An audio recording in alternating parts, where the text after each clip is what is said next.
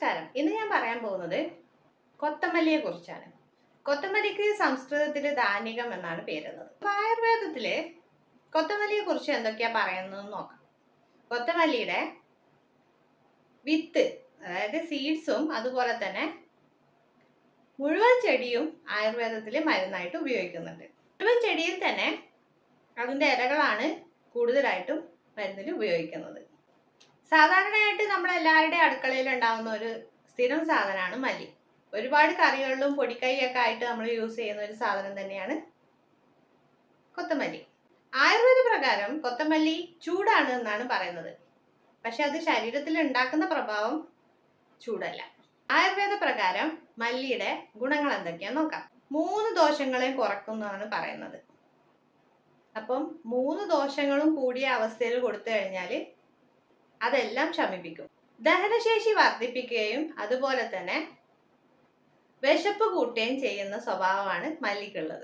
അതുപോലെ തന്നെ മല്ലി ഡൈജഷൻ നല്ലപോലെ നടത്തിയിട്ട് വെള്ളമൊക്കെ വലിച്ചെടുത്ത് മലം നോർമലായിട്ട് കട്ടിയായിട്ട് പോവാൻ സഹായിക്കും.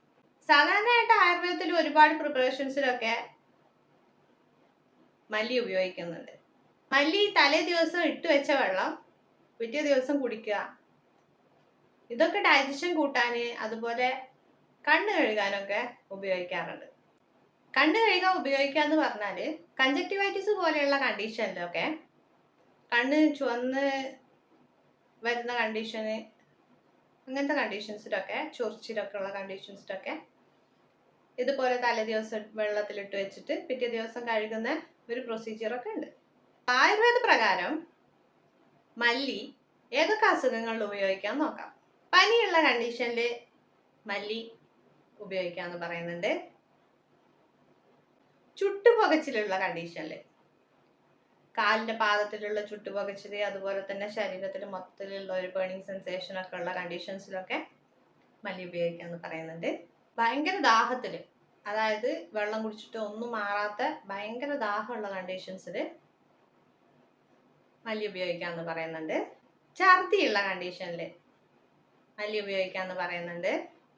ചുമ, ശ്വാസമുട്ടൽ പോലെയുള്ള കണ്ടീഷൻസിലൊക്കെ മല്ലി ഉപയോഗിക്കുന്നത് നല്ലതാണെന്ന് പറയുന്നുണ്ട്. കൃമിയുള്ള കണ്ടീഷൻസിൽ, വേം ഇൻഫെസ്റ്റേഷൻസ് ഉള്ള കണ്ടീഷൻസിലൊക്കെ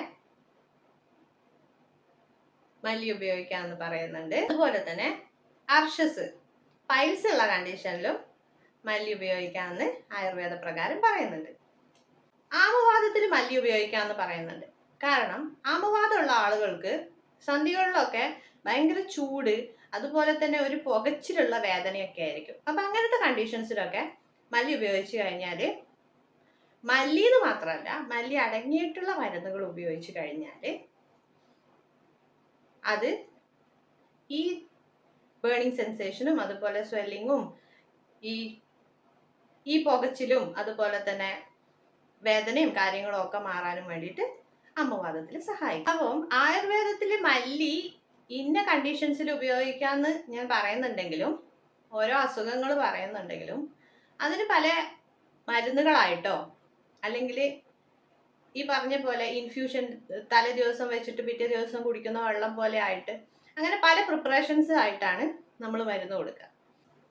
അപ്പം പല വീഡിയോസിലും നമ്മൾ ഓരോ ചെടികളെ കുറിച്ചാണെങ്കിലും ഓരോ സാധനങ്ങളെ കുറിച്ച് പറയുമ്പോഴും അത് അതുപോലെ കഴിക്കാനല്ല പറയുന്നത്. അത് അതിൻ്റെതായ ഓരോ പ്രിപ്പറേഷൻസ് ഉണ്ടായിരിക്കും. ഒന്നെങ്കിലും മെഡിസിനൽ പ്രിപ്പറേഷൻ ആയിട്ട്, അല്ലെങ്കിൽ ഇപ്പോൾ മല്ലിയൊക്കെ പറഞ്ഞതുപോലെ തലേ ദിവസം വെള്ളത്തിലിട്ട് വെച്ച് പിറ്റേ ദിവസം കുടിക്കുക, അങ്ങനത്തെ ഓരോരോ മരുന്ന് പ്രിപ്പറേഷൻസ് ആണ് അതൊക്കെ. അപ്പം അതെങ്ങനെ കഴിക്കണം എന്നുള്ളത് ഞാൻ വീഡിയോയിൽ പറയാത്തതിന് കാരണം അതിന് പ്രത്യേക തരം ഡോസും അത് കഴിക്കേണ്ട ഒരു കാലാവധി ഉണ്ട്. അപ്പം ഓരോ അസുഖത്തിനും പ്രത്യേക രീതിയിലായിരിക്കും കഴിക്കേണ്ടത്. അതിൻ്റെ കൂടെ കഴിക്കാൻ വേറെ സാധനങ്ങൾ ഉണ്ടായിരിക്കും. അതുപോലെ തന്നെ അതിനനുപാനമായിട്ട് കഴിക്കാൻ പറ്റുന്നത്, കഴിക്കാൻ പറ്റാത്തതായിട്ടുള്ള കുറേ സാധനങ്ങൾ ഉണ്ടായിരിക്കും. ഇതൊക്കെ ഡോക്ടറായിട്ട് കൺസൾട്ട് ചെയ്തതിന് ശേഷം മാത്രം കഴിക്കുക. അതുകൊണ്ടാണ് കൂടുതൽ ഡീറ്റെയിൽഡ് ആയിട്ട് ഓരോ സാധനത്തിനെ പറ്റിയിട്ടും എങ്ങനെ ഓരോ അസുഖത്തിനും കഴിക്കാമെന്ന് പറയാത്തത്.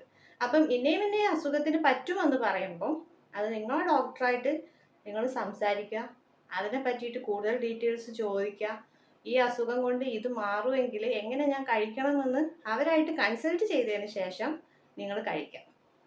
അപ്പം ഇത്രയൊക്കെയാണ് മല്ലിയെ കുറിച്ച് ആയുർവേദത്തിൽ പറഞ്ഞിട്ടുള്ളത്.